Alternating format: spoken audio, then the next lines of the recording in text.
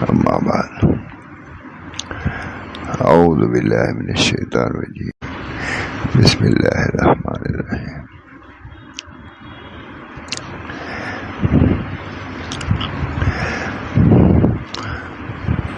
اتل ما اوحی من الکتاب. ہمارے حضرت ماں شاہ رسول اللہ صاحب کی کتاب بہت مشہور تلاوت قرآن. یہ دفعہ میں دبئی میں گیا تھا کہیں، تو بہت سی تلاوت کے متعلق رسالے رکھے ہوئے تھے، بڑے عالم تھے، لیکن میرا خیال ہے کہ یہ کتاب بھی ان کے پاس تھی. کہا یہ کتاب مجھے بہت پسند ہے. عرب عالم تھے غالباً، اب تھوڑا سا دماغ کمزور ہو گیا تھا، غالباً کہہ دیتا ہوں. دبئی میں ہے. خیر سنا دیتا ہوں اسی سے جو نکل گیا. تلاوت مع تصدیق و توقیر کا طریقہ. شاہ رسول اللہ صلی اللہ علیہ لکھ رہے ہیں.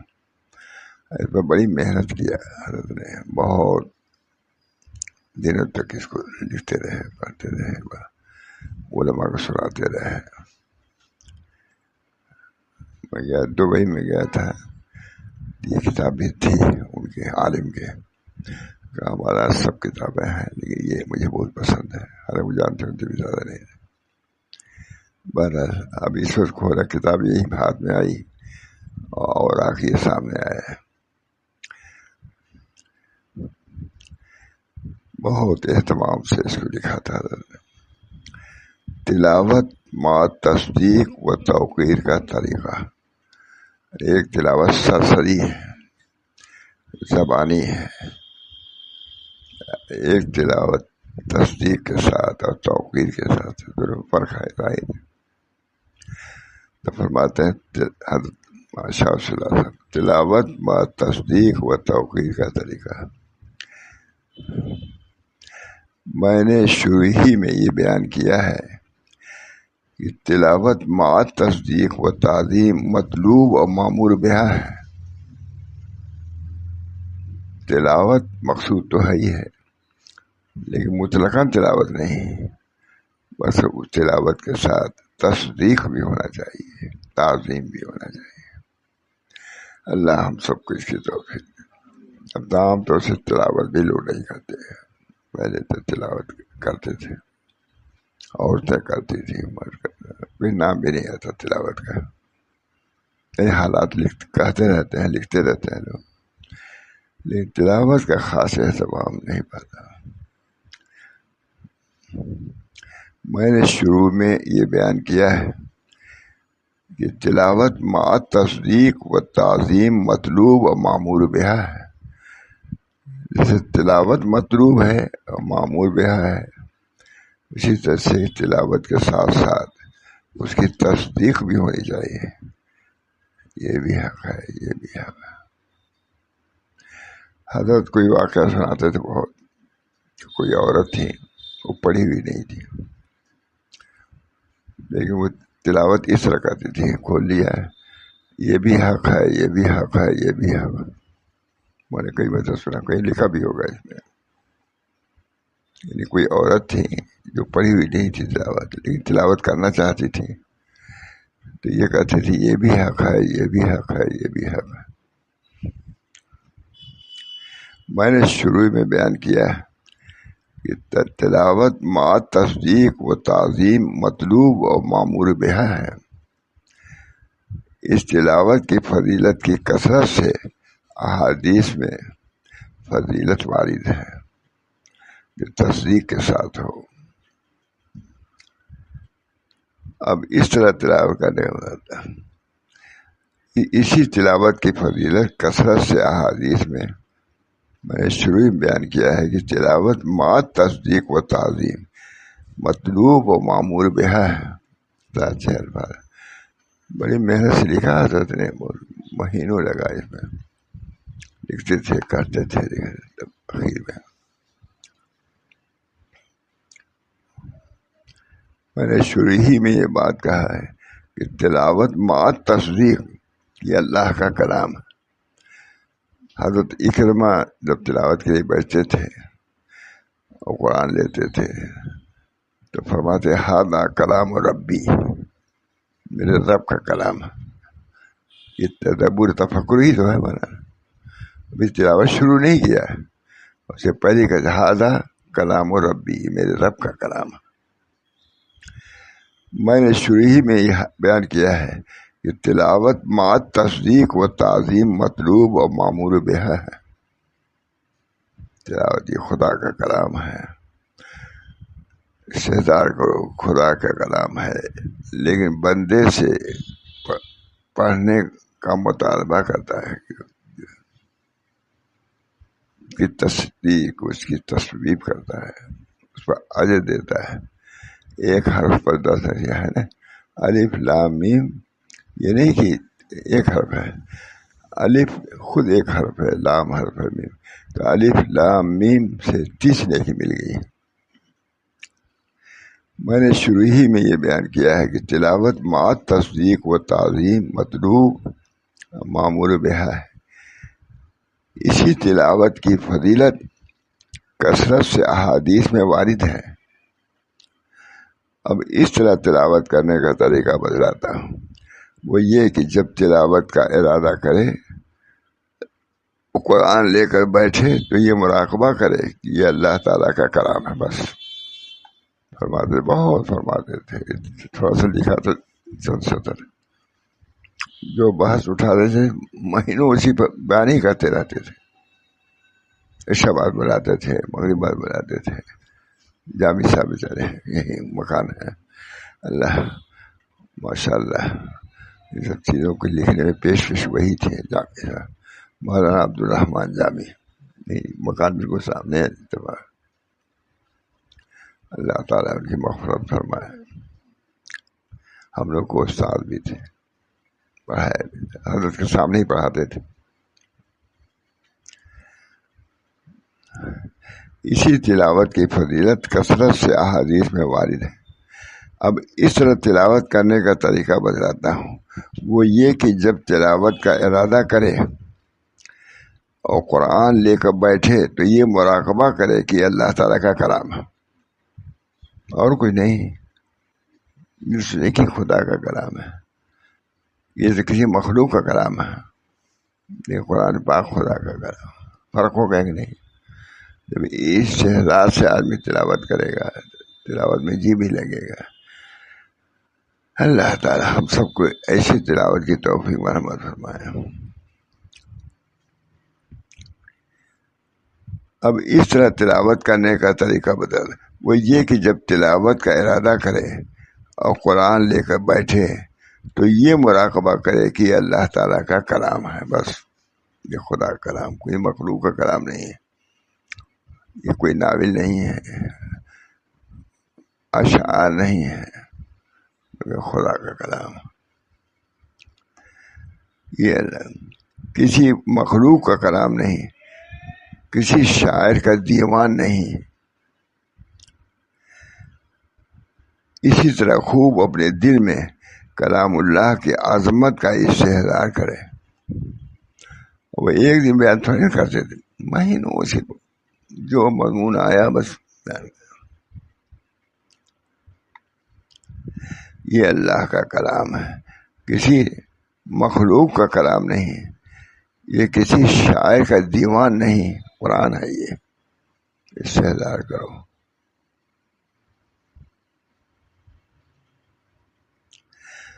اسی طرح خوب اپنے دل میں کلام اللہ کی عظمت کا استحضار کریں. اللہ کا کلام، دعا کیجیے ہم سب کو توفیق ہو.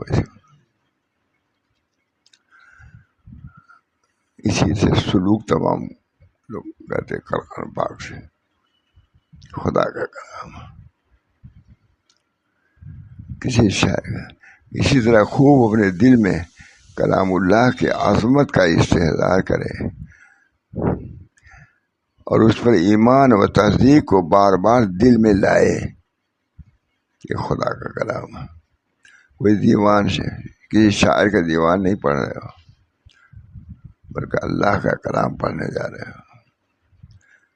اپنے کو پورے طریقے سے اللہ ہم سب کو توفیق دے مولانا.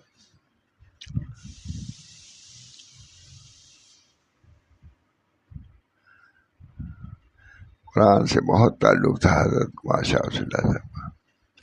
اکثر مجلس بعد نکل جاتے تھے رکشہ تھے فرمایا. اب فجر بعد بھی جاتے تھے تو فرمایا ہم لوگ سے کہ تم لوگ سمجھتے ہو میں ٹہلنے کے لیے جاتا ہوں, تفریح کے لیے جاتا ہوں, میں قرآن پڑھنے کے لیے جاتا ہوں تاکہ وہاں فراغت سے قرآن پڑھ سکوں.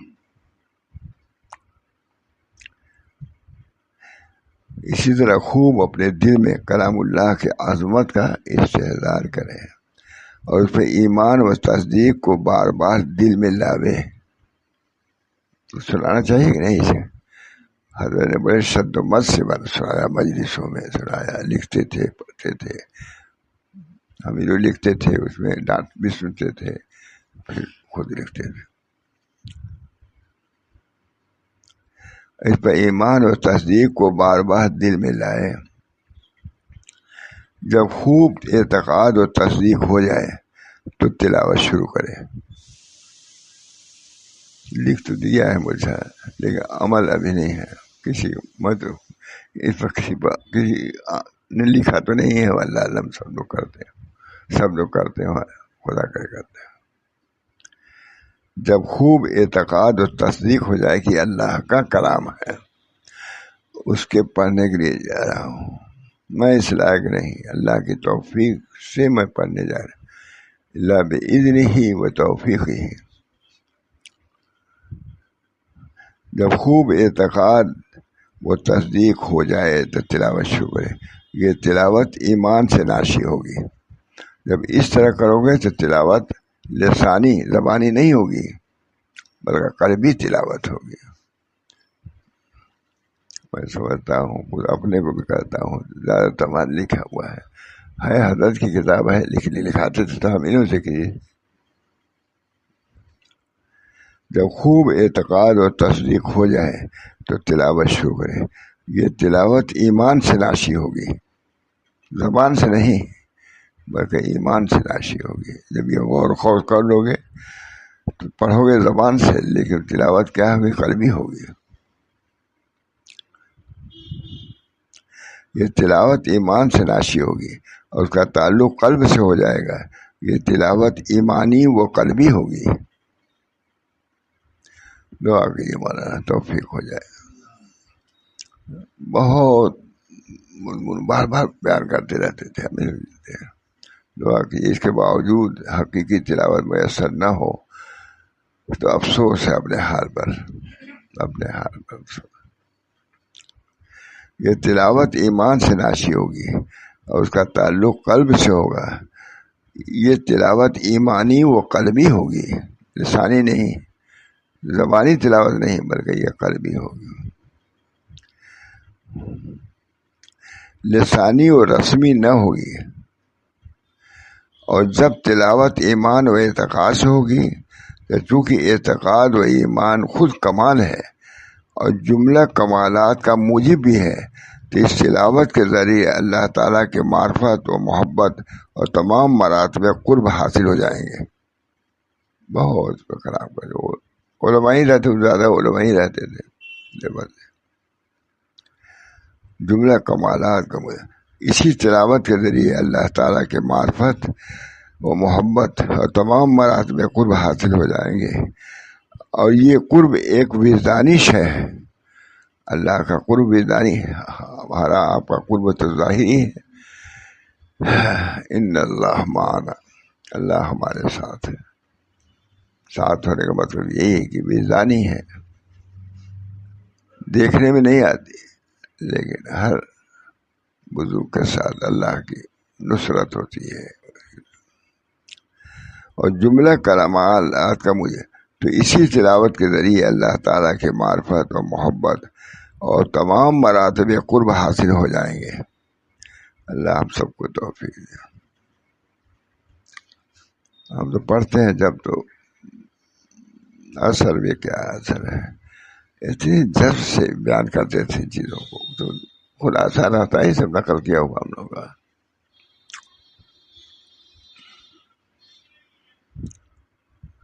اور بار بار فرماتے تھے.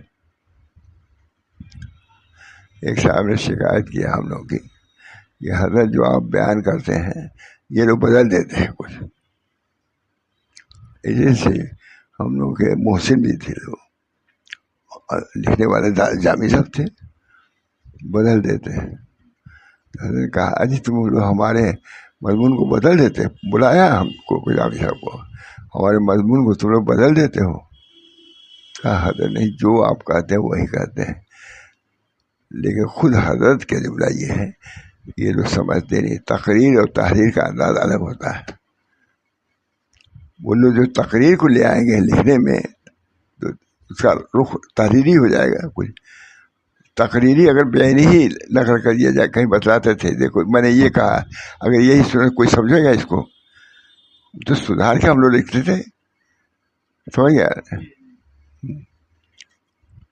وہ یہی چاہتے تھے کہ ہماری جو تقریر زبانی ہے وہ بار بار ایک چیز کو کہتے تھے. اگر بار بار کہا جائے تو تقریر کا لطف رہ جائے گا، مجلس میں کوئی بیٹھے گا چلے گا. مانے ایک ایک چیز کے بدلاتے فرماتے بھائی تقریر، یہ فرمایا انہیں کا جملہ ہے. تقریر اور تحریر کا انداز الگ الگ ہے. تقریر جو میری ہے وہ تحریر میں جو آئے گی تو اسی طرح آئے گی جو انہوں نے کیا ہے. سمجھ گیا؟ یہ ہم ہی لوگ لکھا ہوا ہے، لیکن یہ تقریر ہے، کہتے ہیں خلاصہ، گھنٹوں کی تقریر کا خلاصہ یہ ہے. یہ سب جب تلاوت ایمان و اعتقاد سے ہوگی تو چونکہ اعتقاد و ایمان خود کمال ہے اور جملہ کمالات کا موجب بھی، تو اسی تلاوت کے ذریعے اللہ تعالیٰ کے معرفت و محبت اور تمام مراتب قرب حاصل ہو جائیں گے. اللہ تعالیٰ کا شکر. اور یہ قرب ایک دانش ہے.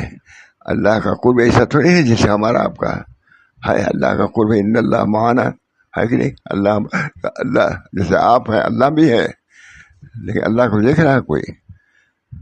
لیکن یہ تو یقین ہے کہ اللہ جو ہمارے ساتھ ہے.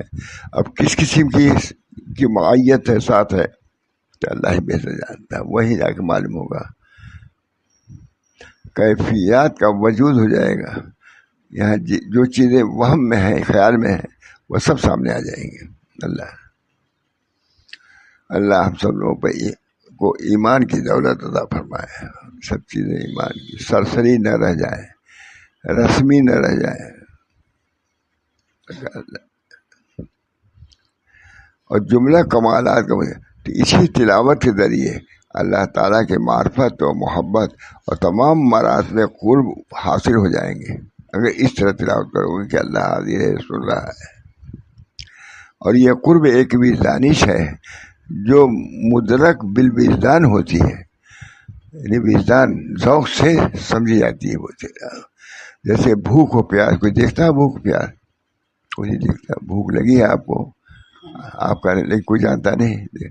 اللہ تعالیٰ کی معیت ہے ہمارے ساتھ، لیکن اس ذہن سے اس کا ادراک ہم نہیں کر سکتے.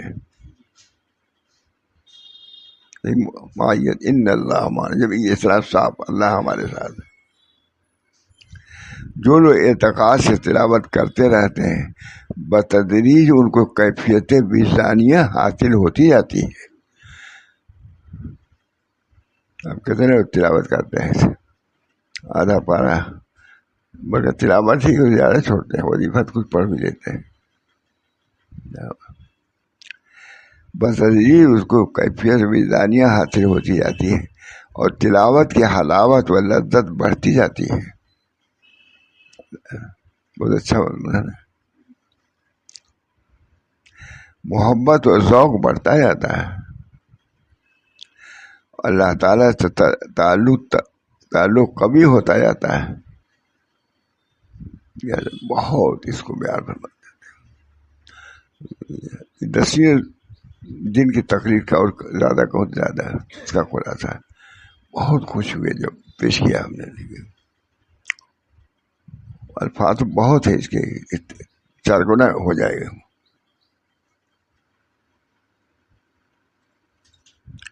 اور تلاوت کی حلاوت و لذت بڑھتی جاتی ہے، محبت اور ذوق بڑھتا جاتا ہے، اور اللہ تعالیٰ سے تعلق قوی ہوتا جاتا ہے۔ اب دعا کرو مولانا ایسی تلاوت کی توفیق ہم لوگوں کو۔ سنانا بھی آسان ہے، لیکن بہت سے لوگ تلاوت واقعی ایسی کرتے ہیں اس زمانے میں۔ اللہ تعالیٰ ہم لوگوں کو توفیق، تلاوت ما تصدیق ما الوزن، مگر شرط وہی ہے کہ کلام اللہ کی تعظیم کے ساتھ تلاوت کی جائے، خدا کا کلام، عام ناول یا مشاعرے کی کوئی کتاب نہیں ہے، اللہ کا کلام اعتقاد سے تلاوت کی جائے، ادب احترام کے ساتھ کی جائے، تو یہ کیفیات طاری ہوتی ہے۔ چنانچہ حجت الاسلام امام غزالی نے احیاء العلوم میں تحریر فرمایا ہے، بس قاری کو چاہیے کہ قرآن کی تلاوت کرنے سے پہلے اپنے قلب میں متکلم کی عظمت کا خوب استحضار کرے۔ امام غزالی لکھ رہے ہیں، حضرت نے احیاء العلوم کا بہت مطالعہ کیا تھا۔ لوگ کہتے لالٹین تھے اس زمانے میں، گر جاتی ہے لالٹین، پھر اٹھاتے بجتے تھے، سوتے تھے، رات میں کئی مرتبہ ایسا ہوتا تھا، تب اس کے بعد لکھا۔ اب سنا دیں کوئی اہمیت بھی نہیں ہوتی، کتنی محنت سے اس کو لکھا جاتا ہے۔ بس قاری کو چاہیے کہ قرآن کی تلاوت کرنے سے پہلے اپنے قلب میں متکلم کی عظمت کا خوب استحضار کرے، اللہ تعالیٰ کا، اور یہ سمجھے کہ جس کلام کی وہ قرات کرنے جا رہا ہے وہ کسی بشر کا کلام نہیں ہے، اور یہ بھی جانے کہ اللہ تعالیٰ کے کلام کی تلاوت میں نہایت اہمیت ہے۔ اس لیے اللہ تعالیٰ نے کلام اللہ کے بارے میں ارشاد فرمایا ہے، جس کو وہی لوگ چھوتے ہیں جو پاک بنائے جاتے ہیں۔ ایک تو یہ چھونا ہے، ایک کلام اللہ کے معانی وہی لوگ سمجھتے ہیں جو اللہ تعالیٰ کی طرف سے موفق ہوتے ہیں، جو پاک بنائے گئے۔ اور جس طرح کہ قرآن شریف کی ظاہری جلد اور اس کے اوراق کو انسان کے ظاہری جسم سے بچایا گیا ہے، مگر جب کہ وہ طاہر ہو، یعنی اس کو قرآن کو چھو نہیں سکتے، لیکن آپ بھی طاہر، یہ بھی طاہر ہو جائے تب چھو سکتا ہے، کیونکہ یہ طاہر ہے، مگر جب کہ وہ طاہر ہے۔ اسی طرح اس کے باطنی معنی کو باوجہ اس کی عزت اور جلالت شان کے قلب کے باطن سے محجوب رکھا گیا ہے، مگر جب کہ وہ قلب ہر نجاست سے پاک ہو۔ ہاتھ پاک ہو گیا اب چھو سکتے ہو، قلب جب پاک ہو جائے گا تو اس کے معنی سمجھ میں آنے لگیں گے۔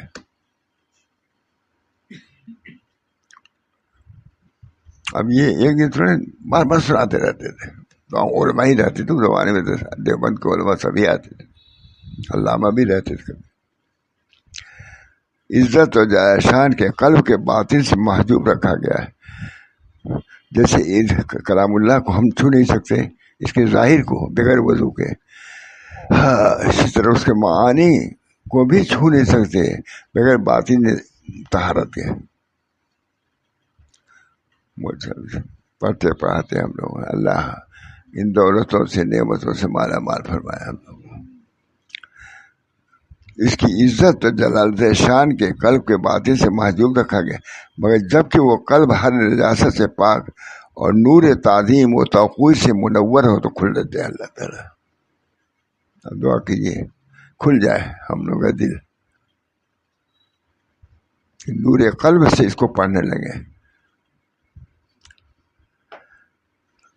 وہ قلب ہر نجاست سے پاک اور نور تعظیم و توقیر سے منور ہو، اور جس طرح سے کہ جلد قرآن کو چھونے کی ہر ہاتھ صلاحیت نہیں رکھتا، خواہش ہو نہیں چھو سکتی سے، ویسے ہی اس کے حروف کے تلاوت کے لیے ہر زبان اہلیت نہیں رکھتی، اس کے لیے وضو کی ضرورت ہے، طہارت کی ضرورت ہے، بات ہی۔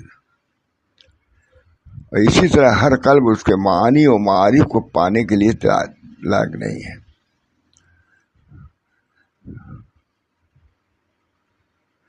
حضرت امام غزالی نے جو تحریر فرمایا آپ نے سمجھ لیا، ماشاء اللہ صاحب فرما رہے ہیں۔ ایک بات امام ہی کی برکت سے عرض کرتا ہوں کہ امام نے جو یہ تعریف فرمایا کہ ہر ہاتھ اس کو چھونے کی صلاحیت نہیں رکھتا، اسی طرح ہر زبان اس کے حروف کی تلاوت کی اہلیت نہیں رکھتی، اور ہر قلب اس کے حقائق کو حاصل کرنے کے قابل نہیں ہے، تو ٹھیک ہے، مگر میں اس کو اس عنوان سے بیان کرتا ہوں کہ ہر ہاتھ اس کو چھونے کی صلاحیت رکھتا ہے۔ امام غزالی کیا نہیں رکھتا؟ تو حضرت فرما رہے ہیں کہ میں کہتا ہوں کہ ہر ہاتھ اس کو چھونے کی صلاحیت رکھتا ہے، مگر جب کہ باوضو ہو۔ ہر ہاتھ قرآن کو چھو نہیں سکتا، مگر جب کہ یہ ماشاء اللہ صاحب علماء کے سامنے بیان کیا ہے، سب چھوپ جاتے تھے، دیوبند کو علماء رہتے تھے اس میں بیان۔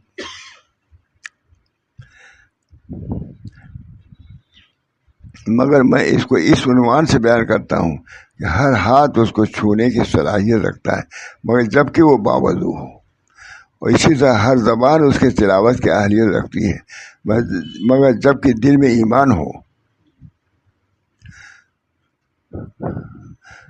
منافقین کی طرح نہیں کہ زبان سے تو تلاوت کرتے تھے مگر دل میں ایمان نہ تھا، اس کی تکذیب کرتے تھے، ایمان کیا برکت اس کی۔ ایسی تلاوت کا اعتبار نہیں، ہر قلب میں اللہ نے معانی حاصل کرنے کی استعداد رکھی۔ یہ بھی خاص بات، ہم لوگ بھی غافل ہیں، کبھی تلاوت میں غور کرنا چاہیے کہ کیا اللہ فرما رہا ہے، یہ نہیں جیسے اور عوام نے پڑھ لیا آپ نے بھی پڑھ لیا، نہیں، کہ بہت زور دیتے تھے۔ ایک وقت رکھو جس میں تلاوت قرآن کے معانی کی طرف توجہ ہو، کتنے لوگوں ایسی تلاوت کا اعتبار نہیں، ہر قلب میں اللہ تعالیٰ نے معانی حاصل کرنے کی استعداد رکھی ہے، میں جبکہ مقصود اللہ کی رضا ہو تب نہ کرو گے وہ، ما سوى اللہ کوئی شے مطلوب نہ ہو، یعنی نیت خالص ہو، اسی سے تلاوت یہی سے قلب میں جو نجاست اور پلیدگی ہوگی دور ہو جائے گی، وہ رضا ہے اور پاکی نصیب ہو جائے گی۔ ذکر حق پاکس چوں پاکی رسید، ذکر حق پاکس جو پاکی رسید، رخت بر بندد برو آیت پلید۔ ذکر حق پاک ہے، جب اس کو دل سے پڑھو گے تو دل کی گندگی باہر چلی جائے گی، معلوم۔ ذکر حق پاکس چوں پاکی رسید، رخت بر بندد برو آیت پلید، تو برآمد نام پاک اندر جہاں، نہ پلیدی مان دو نہ آدہاں۔ کہتے ہیں جب ذکر حق کی پاکی عام ہوگی تو یہ سب پلیدی جو زبان پر رہنے سب دور ہو جائے گا۔ تلاوت کلام اللہ سے قبل باقی کا مطالبہ ایسے ہی ہے جیسے کسی نجس شے سے کہا جاتا، کہا جائے کہ پاک ہو کر دریا میں داخل ہوں، اس سے پہلے نہیں۔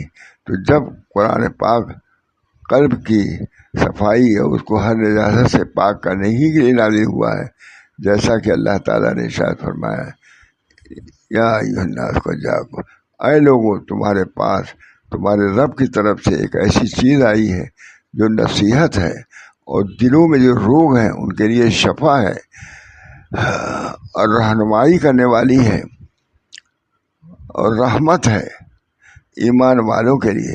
تو بغیر تلاوت کے کیسے شفا اور پاکی حاصل ہوگی؟ اس سے پہلے نجاست سے پاکی کا اور امراض قلب سے شفا کے مطالبہ کرنا کب مناسب ہو سکتا ہے؟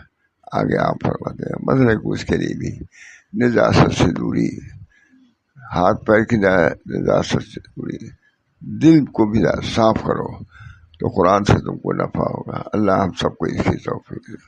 دعا کر لیا،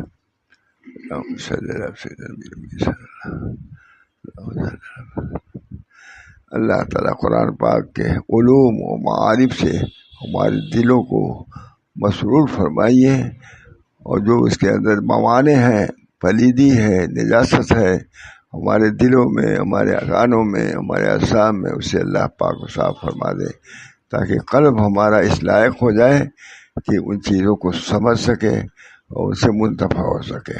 ربنا تقبل منا انک انت السمیع العلیم برحمتک یا ارحم الراحمین، بحرمت سید نبی کریم صلی اللہ تعالی علیہ وسلم۔